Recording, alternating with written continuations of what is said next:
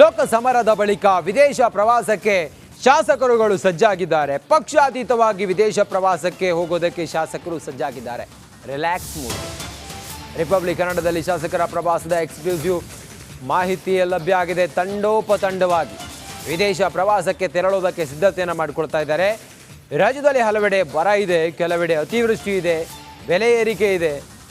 ಇದೆಲ್ಲದರ ನಡುವೆಯೂ ಕೂಡ ರಾಜ್ಯದ ಹಿತವನ್ನು ಕಡೆಗಣಿಸಿ ಇವರೆಲ್ಲರೂ ಕೂಡ ಎಂಜಾಯ್ ಮೂಡ್ಗೆ ವಿದೇಶದ ಪ್ರವಾಸಕ್ಕೆ ಹೊರಟಿದ್ದಾರಂತೆ. ರಾಜ್ಯದ 216ಕ್ಕೂ ಹೆಚ್ಚು ತಾಲೂಕುಗಳಲ್ಲಿ ಭೀಕರವಾದಂಥ ಬರದ ಪರಿಸ್ಥಿತಿ ಇದೆ. ಮಳೆ ಕೆಲ ಕಡೆಗಳಲ್ಲಿ ಆರಂಭ ಆಗಿದೆ. ಮಳೆ ಅವಾಂತರವನ್ನು ಸೃಷ್ಟಿ ಮಾಡಿದೆ. ಇದೆಲ್ಲದರ ನಡುವೆ ಪಕ್ಷಾತೀತವಾಗಿ ಶಾಸಕರುಗಳು ಎಲೆಕ್ಷನ್ ಎಲ್ಲ ಮುಗೀತಲ್ಲ, ಇನ್ನೇನಿದ್ರು ಎಂಜಾಯ್ ಮೂಡು, ಇನ್ನೇನಿದ್ರು ರಿಲ್ಯಾಕ್ಸ್ ಆಗಿ ಬರೋಣ ಅಂಥೇಳಿ ವಿದೇಶ ಪ್ರವಾಸಕ್ಕೆ ಹೊರಟಿದ್ದಾರೆ. ಈ ಕುರಿತು ರಿಪಬ್ಲಿಕ್ ಕನ್ನಡಕ್ಕೆ ಎಕ್ಸ್ಕ್ಲೂಸಿವ್ ಮಾಹಿತಿ ಲಭ್ಯ ಆಗಿದೆ. ರಾಜ್ಯದ ಈ ಸಮಸ್ಯೆಗಳನ್ನೆಲ್ಲ ಅವರೆಲ್ಲರೂ ಕೂಡ ಕಡೆಗಣಿಸಿ ಪ್ರವಾಸಕ್ಕೆ ಹೊರಟಿರೋದು ಈಗ ಆಕ್ರೋಶಕ್ಕೆ ಕಾರಣ ಆಗಿದೆ.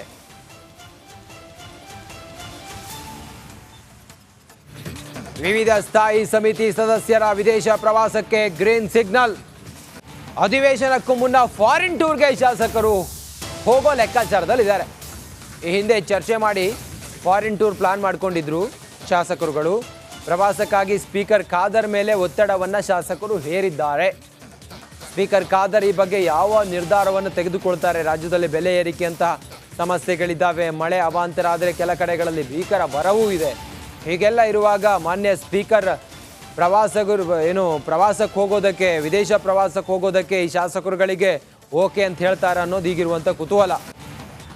ಯು ಟಿ ಖಾದರ್ ನಡೆ ಶಾಸಕರ ಮನವಿಗೆ ಯು ಟಿ ಖಾದರ್ ಅವರು ಓಕೆ ಅಂತಾರ ಅಥವಾ ನೈಜ ಸ್ಥಿತಿಯನ್ನು ಶಾಸಕರುಗಳಿಗೆ ವಿವರಿಸಿ ಬೇಡ ಈ ಸಮಯದಲ್ಲಿ ಹೋಗೋದು ಬೇಡ ಅಂತ ಹೇಳ್ತಾರಾ?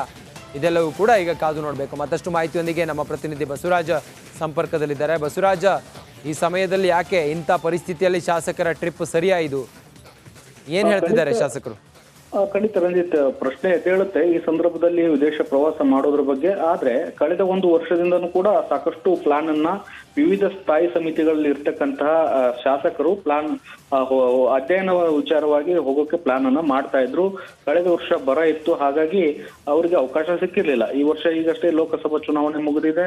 ಚುನಾವಣೆ ಮುಗಿದ ಬಳಿಕ ಈಗ ಮತ್ತೆ ಅವರು ವಿದೇಶ ಪ್ರವಾಸಕ್ಕೆ ಹೋಗೋಕೆ ಈಗಾಗಲೇ ಸಜ್ಜಾಗಿರ್ತಾ ಇದ್ದಾರೆ ಮತ್ತು ಒಂದಷ್ಟು ಮನವಿಯನ್ನು ಕೂಡ ಈಗಾಗಲೇ ಸ್ಪೀಕರ್ ಖಾದರ್ ಅವರಿಗೆ ಕೊಟ್ಟಿರ್ತಕ್ಕಂಥದ್ದು. 3-4 ಸಮಿತಿಗಳ ಒಂದು ಸದಸ್ಯರು ಒಂದು ವಿದೇಶ ಪ್ರವಾಸಕ್ಕೆ ಹೋಗೋಕೆ, ಅಂದ್ರೆ ಬೇರೆ ಬೇರೆ ವಿದೇಶಗಳಿಗೆ ಹೋಗೋಕೆ ಈಗಾಗಲೇ ಮನವಿಯನ್ನ ಕೊಟ್ಟಿದ್ದಾರೆ ಅನ್ನುವಂತ ಒಂದು ಪ್ರಮುಖವಾದಂತಹ ವಿಚಾರ ರಿಪಬ್ಲಿಕ್ ಕನ್ನಡಕ್ಕೆ ಎಕ್ಸ್ಕ್ಲೂಸಿವ್ ಆಗಿ ಮಾಹಿತಿ ಸಿಕ್ಕಿರ್ತಕ್ಕಂಥದ್ದು. ಈಗ ಇರ್ತಕ್ಕಂತಹದ್ದು ಸ್ಪೀಕರ್ ಖಾದರ್ ಅವರ ನಡೆ ಯಾವ ರೀತಿಯಾಗಿರುತ್ತೆ ಅನ್ನುವಂಥದ್ದು. ಯಾಕಂದ್ರೆ ಇವರು ಪ್ರವಾಸಕ್ಕೆ ಒಂದಷ್ಟು ಅನುಮತಿ ಕೊಟ್ಟಿದ್ದೇ ಆದಲ್ಲಿ ಇವರು ಶಾಸಕರು ವಿದೇಶ ಪ್ರವಾಸಕ್ಕೆ ತೆರಳ್ತಾರೆ. ಈಗ ಪ್ರಶ್ನೆ ಎದ್ದೇಳ್ತಿರ್ತಕ್ಕಂಥದ್ದು, ರಾಜ್ಯದಲ್ಲಿ ಆಡಳಿತದ ವೆಚ್ಚವನ್ನ ಕಡಿತ ಮಾಡ್ಬೇಕಂತ ರಾಜ್ಯ ಸರ್ಕಾರ ಈಗಾಗಲೇ ಒಂದಷ್ಟು ಲೆಕ್ಕಾಚಾರವನ್ನ ಹಾಕೊಂಡು ಕೂತಿದೆ ಮತ್ತು ಜೊತೆಗೆ ಗ್ಯಾರಂಟಿಗಳನ್ನ ಸರಿದೂಗಿಸ್ಕೋಕೆ ಪೆಟ್ರೋಲ್ ಡೀಸೆಲ್ ಬೆಲೆನೇ ಏರಿಕೆ ಆಗಿದೆ. ಇದ್ರ ಜೊತೆಗೆ ಕಳೆದ ವರ್ಷ ಬರ ಇದ್ದಿದ್ರಿಂದ ಇನ್ನು ರೈತರು ಸುಧಾರಿಸಿಕೊಂಡಿಲ್ಲ. ಇಂತಹ ಸಂದರ್ಭದಲ್ಲಿ ಅನಾವಶ್ಯಕವಾಗಿ ಅಧ್ಯಯನದ ನೆಪದಲ್ಲಿ ವೆಚ್ಚವನ್ನ ಮಾಡಿಕೊಂಡು ವಿದೇಶಗಳ ಪ್ರವಾಸಕ್ಕೆ ಹೋಗುವಂತಕ್ಕಂಥದ್ದು ಬಹಳ ಪ್ರಶ್ನಾರ್ಥಕವಾಗಿ ಈಗ ಕಾಣಿಸ್ತಾ ಇದೆ. ಹೀಗಾಗಿ ಈಗ ಎದ್ದಿರ್ತಕ್ಕಂತಹ ಚರ್ಚೆಗೆ ಸ್ಪೀಕರ್ ಖಾದರ್ ಅವರ ನಡೆ ಯಾವ ರೀತಿಯಾಗಿರುತ್ತೆ ಅನ್ನುವಂಥದ್ದು ಬಹಳ ಪ್ರಮುಖ ಆಗುತ್ತೆ. ಇನ್ನೇನು 15ನೇ ತಾರೀಕಿಂದ ಜುಲೈ 15ರಿಂದ ಅಧಿವೇಶನ ಕೂಡ ಆರಂಭ ಆಗುವಂತ ಸಾಧ್ಯತೆ ಇದೆ. ಅದಕ್ಕೂ ಮುಂಚಿತವಾಗಿ ಇವರು ವಿದೇಶ ಪ್ರವಾಸವನ್ನ ಮಾಡಿ ಬರುವಂತಹ ಲೆಕ್ಕಾಚಾರದಲ್ಲಿ ವಿವಿಧ ಸ್ಥಾಯಿ ಸಮಿತಿಗಳ ಅಧ್ಯಕ್ಷರು ಸದಸ್ಯರು ಇದ್ದಾರೆ. ಹಾಗಾಗಿ ಇದಕ್ಕೆ ಸರ್ಕಾರ ಯಾವ ರೀತಿಯಾಗಿ ಈ ಒಂದು ಮನವಿಗೆ, ಶಾಸಕರ ಮನವಿಗೆ ಪುರಸ್ಕಾರ ಕೊಡುತ್ತೆ ಮತ್ತು ಇದಕ್ಕೆ ಸ್ಪೀಕರ್ ಖಾದರ್ ಅವರು ಯಾವ ರೀತಿಯಾದಂತಹ ಪುರಸ್ಕಾರವನ್ನು ಕೊಡ್ತಾರೆ ಅನ್ನುವಂಥದ್ದು ಬಹಳ ಪ್ರಮುಖ ಆಗುತ್ತೆ. ಈಗಷ್ಟೇ ಈ ಒಂದು ವಿಚಾರ ಬೆಳಕಿಗೆ ಬಂದಿರತಕ್ಕಂಥದ್ದು. ನಾಳೆ ನಾಡಿದ್ದಲ್ಲಿ ಇದರ ಒಂದಷ್ಟು ಅಪ್ಡೇಟ್ಗಳು ಸಿಗ್ತವೆ. ಆಗ ಏನಾದ್ರೂ ವಿದೇಶ ಪ್ರವಾಸಕ್ಕೆ ಅನುಮತಿ ಕೊಟ್ಟಿದ್ದೇ ಆದಲ್ಲಿ ರಾಜ್ಯ ರಾಜಕೀಯದಲ್ಲಿ ಒಂದಷ್ಟು ಸಾಕಷ್ಟು ಚರ್ಚೆಗೆ ಆಗುತ್ತೆ ಮತ್ತು ಸಾರ್ವಜನಿಕವಾಗಿ ಕೂಡ ಇದಕ್ಕೆ ಆಕ್ರೋಶಗಳು ಕೂಡ ವ್ಯಕ್ತವಾಗುವಂಥದ್ದು.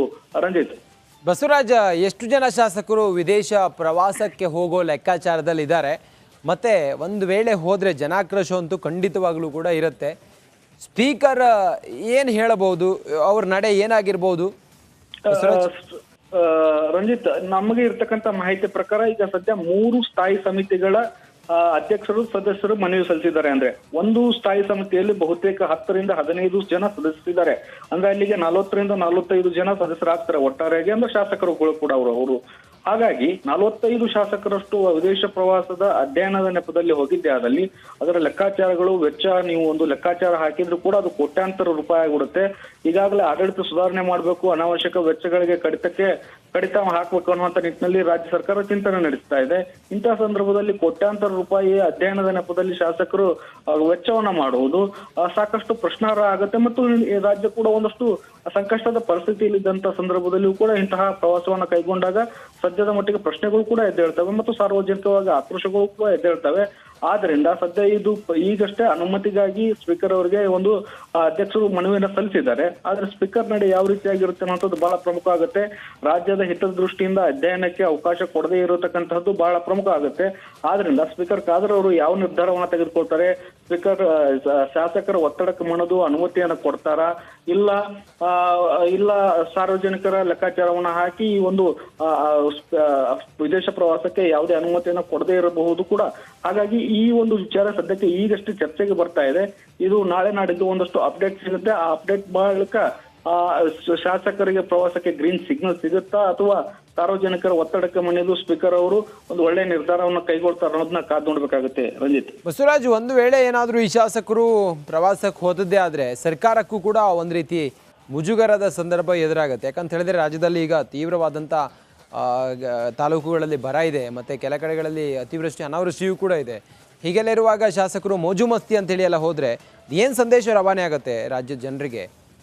ಖಂಡಿತ ರಂಜಿತ್, ಈ ಪ್ರಶ್ನೆ ಎದ್ದೇಳುತ್ತೆ. ಆದ್ರೆ ಇಲ್ಲಿ ಒಂದೇ ಸರ್ಕಾರದ ಭಾಗಿರ್ತಕ್ಕಂಥ ಶಾಸಕರು ಹೋದ್ರೆ ಒಂದಷ್ಟು ಪ್ರಶ್ನೆಗಳನ್ನ ಎತ್ತಬಹುದು. ಆದ್ರೆ ಪಕ್ಷಾತೀತವಾಗಿ ಬಿಜೆಪಿ, ಜೆಡಿಎಸ್, ಕಾಂಗ್ರೆಸ್ ಮೂರೂ ಪಕ್ಷದ ಶಾಸಕರು ಈ ವಿವಿಧ ಸ್ಥಾಯಿ ಸಮಿತಿಗಳಲ್ಲಿ ಅವರು ಇದ್ದಾರೆ. ಹಾಗಾಗಿ ಈ ಒಂದು ಸ್ಥಾಯಿ ಸಮಿತಿಗಳು ಶಾಸಕರು ಈಗ ಹೋಗಿದ್ದೆ ಆದಲ್ಲಿ ಒಂದು ರೀತಿಯಾಗಿ ಸಾರ್ವಜನಿಕರಿಗೆ ಯಾವ ರೀತಿಯಾದಂತಹ ಮೆಸೇಜ್ ಹೋಗುತ್ತೆ ಅನ್ನೋಂತ ಕೂಡ ಸರ್ಕಾರ ಒಂದಷ್ಟು ಚಿಂತನೆಯನ್ನ ಮಾಡ್ಬೇಕಾಗತ್ತೆ. ಯಾಕಂದ್ರೆ ಈಗಾಗಲೇ ಬೆಲೆ ಏರಿಕೆ ಅಂತ ಸಂದರ್ಭ ಬಂದಾಗ ಸರ್ಕಾರ ಈಗಾಗಲೇ ಸಮರ್ಥನೆಗಿಳಿದಿದೆ. ನಾವು ಸಾರ್ವಜನಿಕರಿಗೆ ಯಾವುದೇ ತೊಂದರೆ ಆಗದ ಹಾಗೆ ಬೆಲೆಯನ್ನ ಏರಿಕೆ ಮಾಡ್ತಾ ಇದ್ದೇವೆ ಅನ್ನುವಂಥದ್ದು. ಈಗ ವಿದೇಶ ಪ್ರವಾಸಕ್ಕೆ ಕೋಟ್ಯಾಂತರ ರೂಪಾಯಿ ಖರ್ಚು ಮಾಡಿದ್ದೇ ಆದಲ್ಲಿ ಅದು ಲೆಕ್ಕವನ್ನ ಕೂಡ ಸಾರ್ವಜನಿಕವಾಗಿ ತೆರೆದಿಟ್ಟಾಗ ಒಂದಷ್ಟು ಆಕ್ರೋಶಗಳು ವ್ಯಕ್ತವಾಗ್ತವೆ. ಅಧ್ಯಯನ ಇಲ್ಲಿವರೆಗೂ ಕೂಡ ಅಧ್ಯಯನ ಮಾಡುವ ನೆಪದಲ್ಲಿ ಸಾಕಷ್ಟು ಸ್ಥಾಯಿ ಸಮಿತಿಗಳು ಹೋಗಿ ಬಂದಿದ್ದಾವೆ. ಅದರ ಫಲಶ್ರುತಿ ಮಾತ್ರ ಸಾರ್ವಜನಿಕರಿಗೆ 0 ಅನ್ನೋದಂಥದ್ದು ಕೂಡ ಈಗಾಗಲೇ ಒಂದಷ್ಟು ಅಭಿಲಾಷೆಗಳು ವ್ಯಕ್ತ ಆಗ್ತಾ ಇದ್ದಾವೆ. ಇಂತಹ ಸಂದರ್ಭದಲ್ಲಿ ಅಧ್ಯಯನದ ನೆಪದಲ್ಲಿ ಶಾಸಕ ವಿದೇಶ ಪ್ರವಾಸಕ್ಕೆ ಅನುಮತಿಯನ್ನ ರಾಜ್ಯ ಸರ್ಕಾರ ಕೊಡುತ್ತೆ ಅನ್ನೋಂಥದ್ದು ಕೂಡ ಬಹಳ ಪ್ರಮುಖ ಆಗುತ್ತೆ. ಮತ್ತೆ ಮುಂದಿನ ಲೆಕ್ಕಪತ್ರ ಪರಿಶೋಧನೆ ಸಂದರ್ಭದಲ್ಲಿಯೂ ಕೂಡ ಇದು ಪ್ರಶ್ನೆಗಳು ಕೂಡ ಎದ್ದೇಳಬಹುದು. ಆದ್ರಿಂದ ಸರ್ಕಾರ ಮತ್ತು ಸ್ಪೀಕರ್ ನಡೆ ಬಹಳ ಎಚ್ಚರಿಕೆಯಿಂದ ಇಡಬೇಕಾದಂತ ಅನಿವಾರ್ಯತೆ ಸದ್ಯದ ಮಟ್ಟಿಗೆ ಎದ್ದೇಳ್ತಾ ಇದೆ. Ranjith, okay Basavaraj, thank you ನಿಮ್ಮೆಲ್ಲ ಮಾಹಿತಿಗಾಗಿ.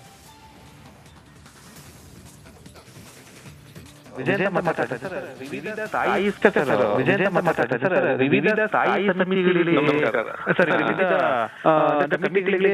ಅಧ್ಯಯನ ಪ್ರವಾಸಕ್ಕೆ ಫಾರಿನ್ ಟ್ರಿಪ್ ಅನುಮತಿ ಕೊಟ್ಟಿದ್ದೀರಾ? ನಮ್ಮ ದೇಶದಲ್ಲಿ ಓಡಾಡಕ್ಕೆ ಪ್ರವಾಸಕ್ಕೆ ಅನುಮತಿ ಕೊಟ್ಟಿದ್ದೀರಾ? ನಿಜನಾ ಸರ್? ನಮ್ಮ ದೇಶದ ವ್ಯಾಪ್ತಿಯಲ್ಲಿ ಶಾಸಕರಿಗೆ ಪ್ರವಾಸದ ಅವಕಾಶ ಸರ್ಕಾರದ ನಿಯಮದ ಅಡಿಯಲ್ಲಿ ಅದಕ್ಕೆ ನಾವು ಪರ್ಮಿಷನ್ ಕೊಟ್ಟಿದ್ದೇವೆ. Okay sir.